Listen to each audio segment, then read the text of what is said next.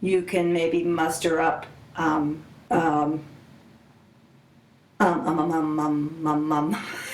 you can muster up.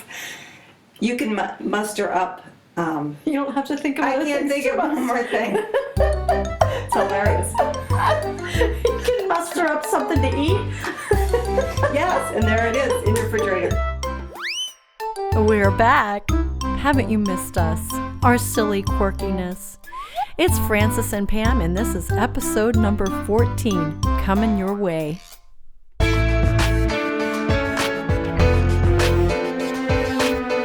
Welcome to the Brand New Me podcast. I'm Frances. And I'm Pam. And we are two women passionate about helping others thrive in life, not just survive. In each episode, we're going to find creative ways to offer hope for your future through our own life experiences. So join us every week as we learn together that we really can be a brand new me.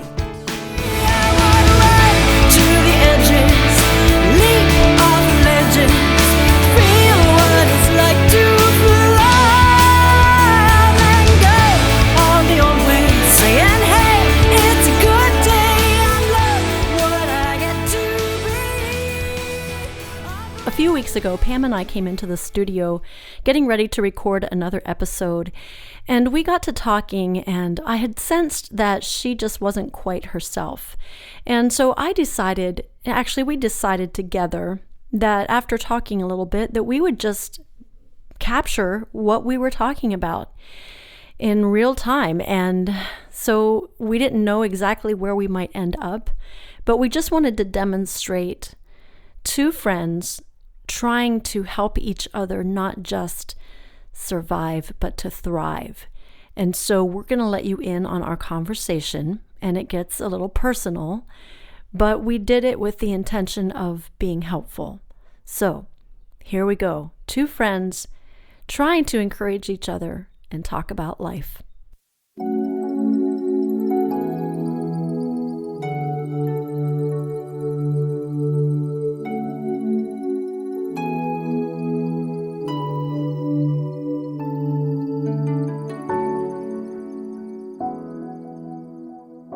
Pam, I have noticed in the last few times that we've gotten together that you don't quite seem like yourself.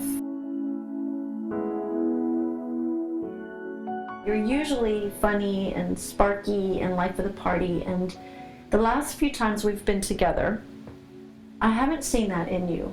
Have you felt like yourself? Yes, it's been a struggle the last several weeks, and I'm trying to find out why, and I have some possibilities as to why, but it's just something I'm dealing with right now. Okay, so I'm gonna be your friend and just ask you, can you identify when you started feeling different? I have some ideas. One would be, I had this vision about my book, Lemons and Lace, to have it traditionally published.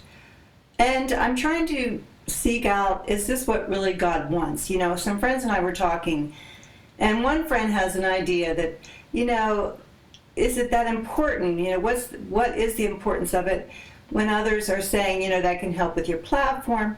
And so I'm a little confused by that, and I had gone to a conference, and, you know, I had some rejection, and, you know, we all deal with rejection, and we just need to know how to deal with rejection. And so I think it was the kickoff of a feeling of not being able to do what I feel God's called me to do.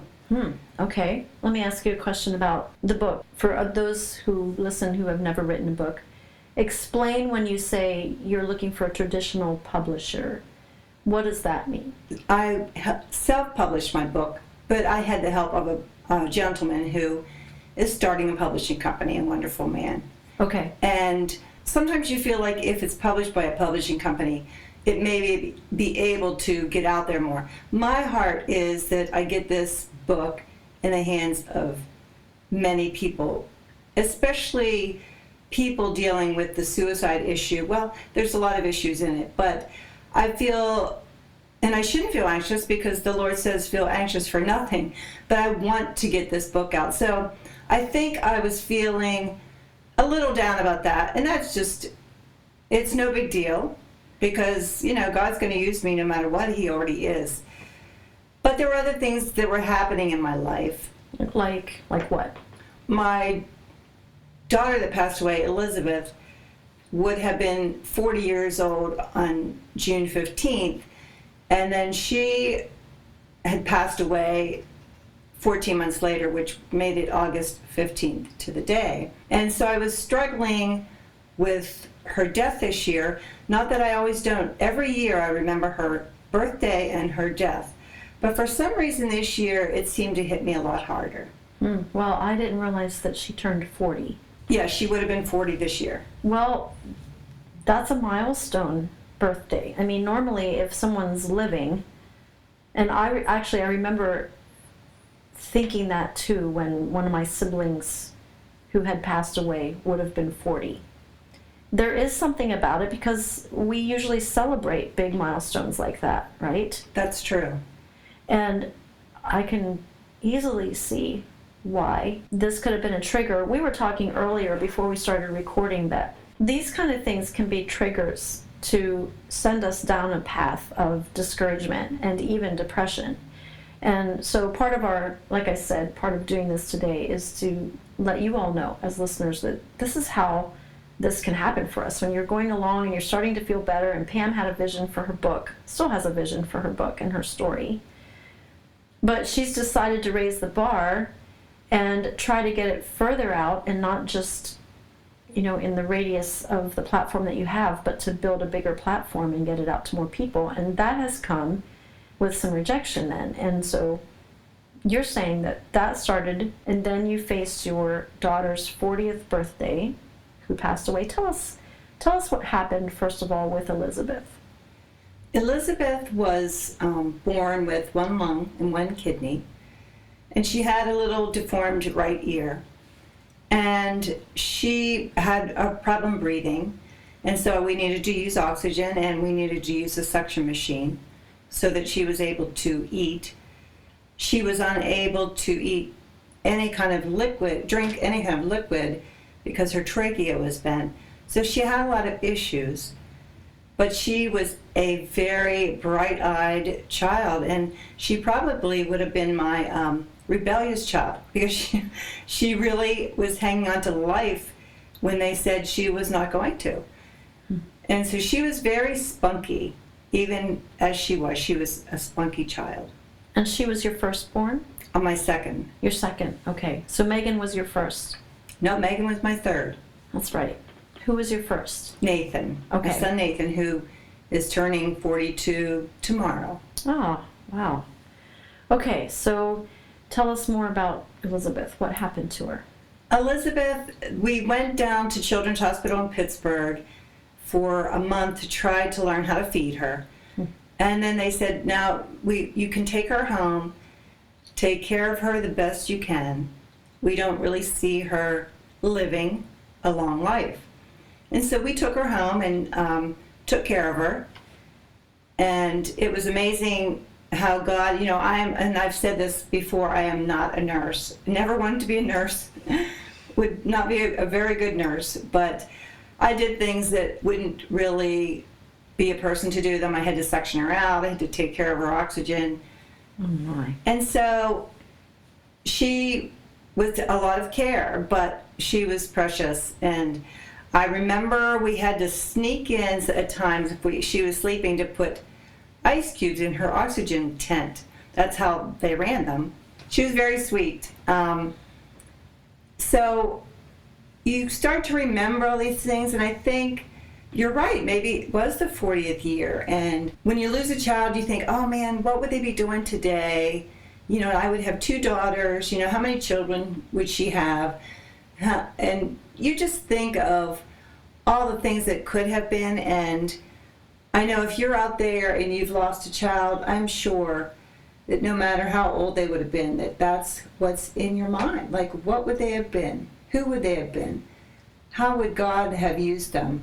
And so I guess it just hit me hard this year. Yeah, well, I can certainly see why it would. Is there something else happening that you think could be triggering this or contributing to it? I do. My mom passed away just last year, not even a year ago. And so her birthday was the other day. So it's really funny when you think you have everything all together. Because, you think that's funny? sometimes I think I have it all together, but I don't have it all together at all. But it all just came in on me. And that's the enemy's scheme, is to get us down. It's to steal our joy. And I was reading a book, and it was talking about joy. And joy is not I'm so happy, ha ha. It's not that at all. Joy is something that's deep inside your soul, that you have a promise from God. And you can be sobbing, and you can be grieved, and you can be unhappy, but you still feel this sense of joy. And I think that sense of joy is just knowing, even though no matter what's happening in this world, we still have our hope in Christ. We still have a happy ending. And so I try to focus on that joy that's in me. And that's only from God. A few ladies and I were just talking yesterday about that, and how you cannot muster up joy. Joy is completely from God. You can muster up happiness maybe by doing certain things. You can maybe muster up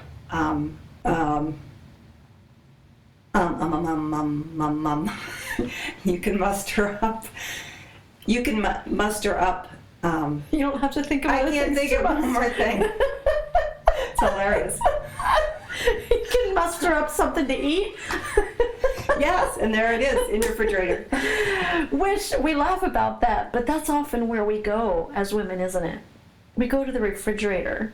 Oh, absolutely. To muster up feeling better, right? Oh, we definitely do. And I mean, some men do it too, but generally I think it's a woman's thing. And, I've talked about it before, but, when my husband died, I really enjoyed my food. And you could tell 10 pounds later. But it was the idea of the comfort of food. Yes. Because a lot of people live with food as their comfort. Yes. People that don't know Jesus, people that do know Jesus, it doesn't matter. It doesn't matter. Food is comforting. And, maybe watching Hallmark movies is comforting. Yes. Because they always have happy endings. And that's what everybody wants in their life. They want a happy ending. And, that is not the Christian life. I remember one time, actually, when Elizabeth died, there was a song out there that said, "I never promised you a rose garden." I forget who sang it. It was a country song. I have no idea. It's because you're too young.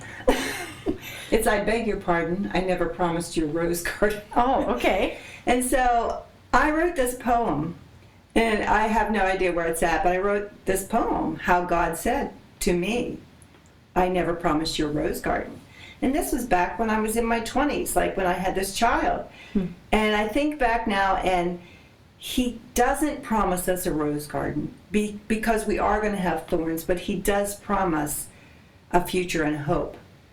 So if we want to go through life thinking, because we're a Christian, that everything's going to be hunky-dory, we're going to be in for a huge disappointment. And that doesn't mean we can't have joy. That doesn't mean we can't live a Christian life and have peace and have, a wonderful family and a good job and all these things. But it doesn't mean that everything's going to be perfect. And so I think when you're young, you kind of feel like, oh, everything's wonderful and that's great. But just be aware that life is not like that. And so, yes, I'm going through something, but I will get through this because I always get through it. Oh, not through my power by any means. Because if it was through my power, I would still be sitting on the couch. Yeah. And I would still be eating, and I would still be watching TV. It's through the power of Christ. So yes, it's a bump in the road. Yeah. You asked me a question before we were recording, and I think it's a good question.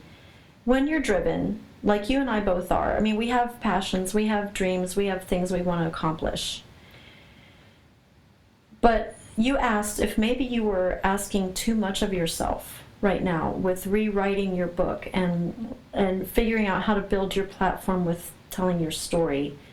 Am I right? Did I hear you right? Like, are you demanding too much of yourself? I think I may be, and in one way, I think that maybe I'm demanding more of myself than what God is going to use me for. Wow. And, that sounds kind of deep, but, I am deep. So, You are? yeah, yes, Frances, I am. I'm not convinced. I say to God, okay, God, I want to be, well, I'll tell you what, when my husband committed suicide and he passed away, it was almost like the third proverbial slap in the face from God. And I'll tell you what. Okay, I went through Elizabeth's death, and then I went through cancer, and then this happened, and I felt almost insulted by God. And I did. Tell me more about that. Well, because it's the same thing, oh God, I've always served you, I've always loved you, why would you allow this to happen to me? Ah. And so I needed to have forgiveness towards God and of course towards myself. But what I was going to say is when that third thing happened, it was almost like I said to God, if you don't use me after all these things, I feel done. Like I can't go on. And so in my heart I had this burning desire to be used by God. And when it's not opened up, I can't open any doors. And I think that's part of why the book thing is like, God, I need this door open. And he says, Pam, you're going to wait on me. Wow. So let me ask you a question. And this may be hard, but this is what we're trying to do. We're sharing our own life experiences, and you don't have to answer it. But so is it possible? Do I hear you saying there could be a sense of this is another way for you to prop yourself up, like to feel better, to do something with your story and not waste your life? And maybe you're just trying too hard. And it's another, like instead of going to the refrigerator, maybe I'm completely off, but instead of going to the refrigerator to feel better, are you, and maybe I can ask this of myself, do we sometimes try to build a platform and create a platform for ourselves because we still feel empty, or we feel like we need to matter, or how do you react to that? Yes, I will react to that. I think you're right. I think that when you have a vision within you, and anybody that's driven out there, if you're listening and you are a driven person, or even if you're not driven, God said, here's what I want you to do in your life. It's almost when you don't achieve, you have to push. And so I'm trying to learn to say, okay, God, I can't push anymore. I can't do this on my own. Lance Wallnau, who is a very prophetic speaker, speaks of this in his disc presentation, which the Dash Girls, we teach this when we go out. But he said, you come into convergence in your life. And convergence is that sweet spot. That spot where you say, oh, wow, this is what I'm called to do. And see, when I'm out speaking or speaking with somebody, that's my sweet spot. And so that's what gives me great joy. And so he's saying, when you get into your convergence of your life, what God put you on this earth to do, that's when you feel energized. That's when you feel like, oh, God's really using me. And when we're not in our sweet spot, we have to compensate in living our life, being a wonderful wife or husband, being a good friend, and doing the things that we do every day. But in your heart, you want to be in that convergence spot. Yes, that's very good. And I guess where I see this going, and like I said, this is being very transparent, but I think we all have days and questions, days we struggle like this, and questions that we ask. There is a tension between pursuing the passions and callings of our life, and yet waiting on God to bring them about. And I often use the illustration of when Jesus fed the 5,000 and he used that little boy's lunch. That little boy probably had a packed lunch every day, and that meant they had to raise the grain to make the bread. They had to go fishing to catch the fish. So he had bread and fish in his lunch. And then one day, Jesus shows up, and suddenly, this little boy has a huge platform. Everyone knows who this little boy is now because Jesus took his lunch and fed 5,000 people plus with it. And then in my delirious thinking, I say, you know what? I take comfort in the fact that the next day, when the little boy got up, they still had to grow their grain to make their bread. They still had to go fishing to catch more fish. He couldn't live in that 5,000 feeding every day. He had to go through the normal things of life, but one day he had a taste of what could be, and I bet he was never the same. And I look at that, I look at my own music journey and the things that I've had in my heart and wanted to do, and I have to tell myself that story a lot and just say, okay, today I'm getting up and I'm gonna, quote, pack my lunch. It feels very regular, it feels very boring, it feels very unmiraculous and undreamlike. In fact, for instance, I'm preparing for my big Portraits of White Christmas show. If I'm going to do a 2-hour show and really exceed expectations, I have a lot of music to learn. And I can't just lay on the couch and think that I'm going to be zapped with this amazing music ability and just show up and wow everyone. Sometimes I have to get up at 5 o'clock in the morning to get other stuff done so that by 8 or 9 I can be practicing for 5 or 6 hours a day. That feels very unmiraculous and undreamlike, but it's the reality. And for you, it's the same. Your feeding of 5,000 is reaching as many people as you can with your story about how God has brought you through it in spite of horrible circumstances, just horrible. But your packing your lunch is going to a writer's conference and having professional writers speak into your life and say, you know, if you told your story in this way, try this, it might be more effective. You are packing your lunch, and it's not very fun. It's not fun. No, it is. I hate packing lunches. And you love to cook. I don't even love to cook, so packing lunches is like, you know, I don't know. How does that explanation strike you? That's good. I love that. Because you're right. You get a taste of what God can do, and then it's back to reality.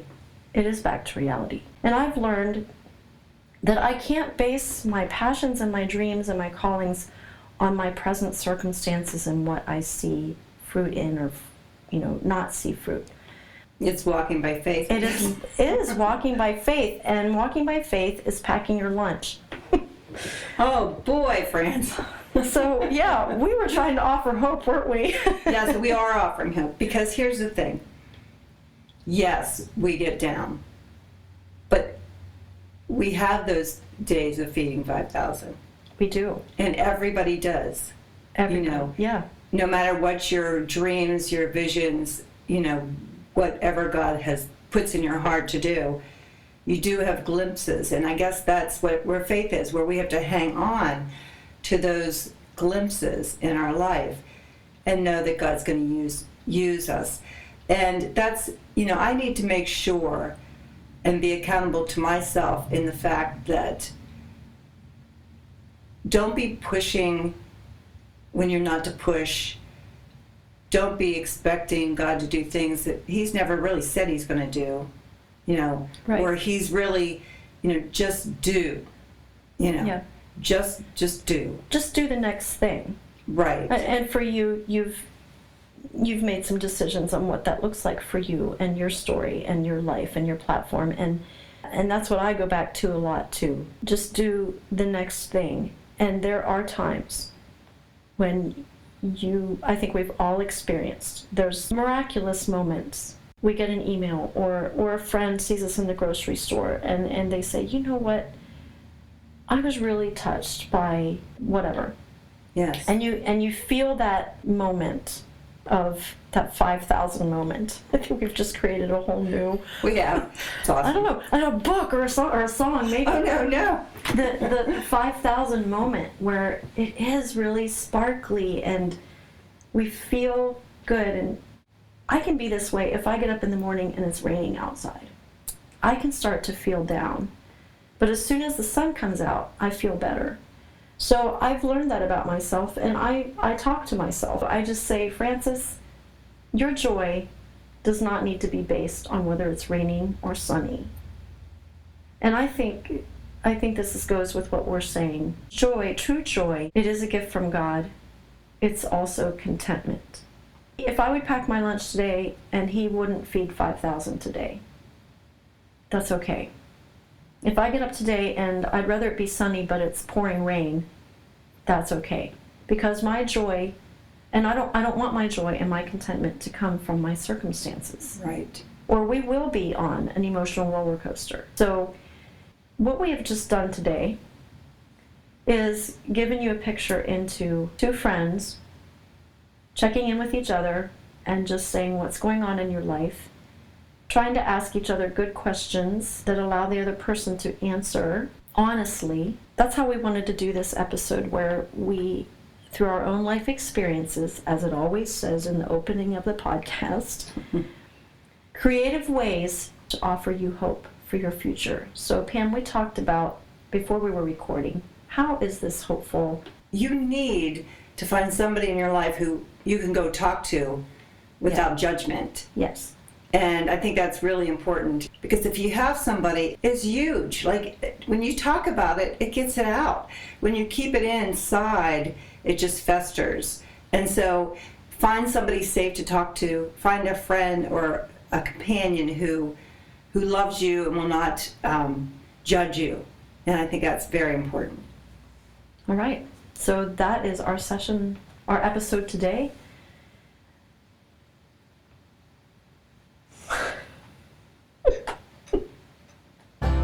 There's nothing else that needs to be said. Hello. Just cut it off. That's fine. Goodbye. Right.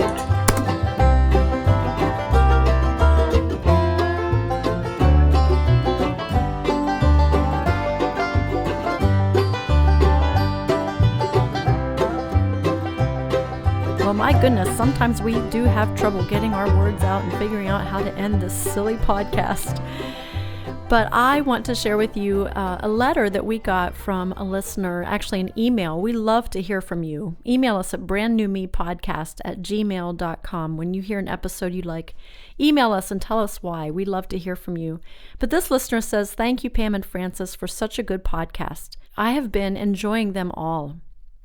They are so well done, but the one on miscarriages brings back lots of memories.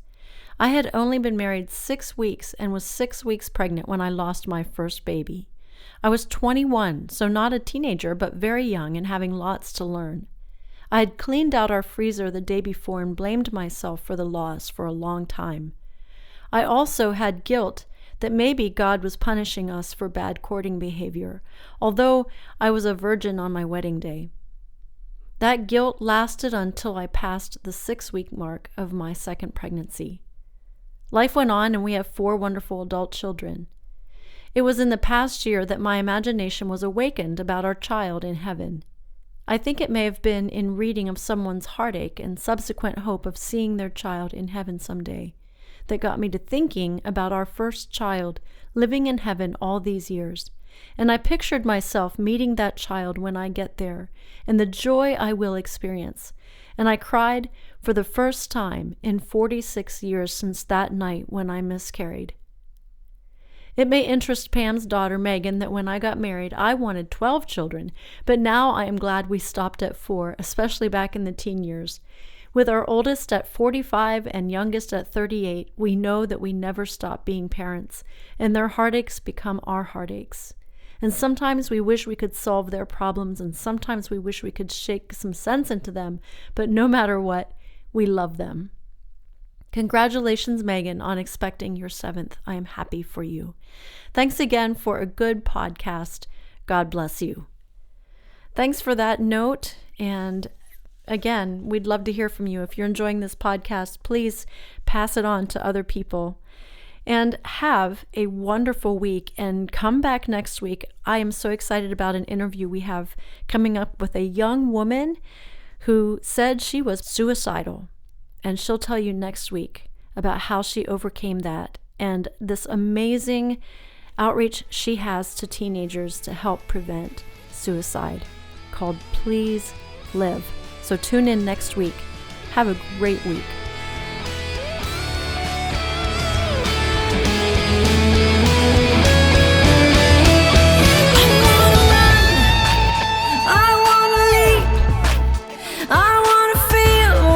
Like to fly, I'm